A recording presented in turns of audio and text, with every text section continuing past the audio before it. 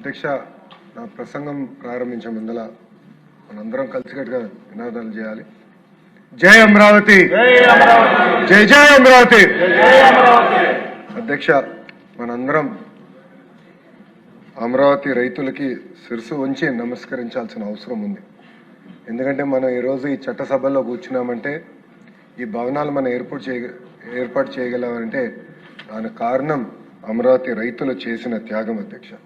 అధ్యక్ష, ఆనాడు గౌరవ ముఖ్యమంత్రి చంద్రబాబు నాయుడు గారు ఒక్క పిలుపు మేరకు 58 రోజుల్లో రైతులందరూ పెద్ద ఎత్తున వచ్చి సుమారుగా 33,000 ఎకరాలు రాజధాని కోసం వాళ్ళు ఇష్టం జరిగింది.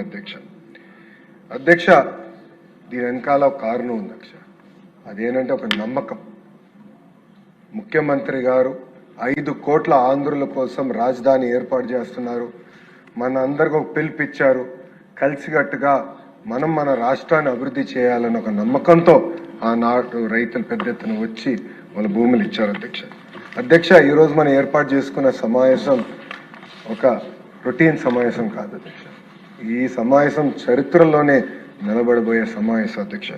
అధ్యక్ష, 5 కోట్ల ఆంధ్రుల భవిష్యత్తు శాశ్వత పునాది వేస్తుంది ఈ సమావేశం. అధ్యక్ష, 5 కోట్ల ఆంధ్రుల కలలు తీర్చుతుంది ఈ సమావేశం. అధ్యక్ష, 5 కోట్ల ఆంధ్రుల ఆశలకు రెక్కలు కల్పిస్తుంది ఈ సమావేశం.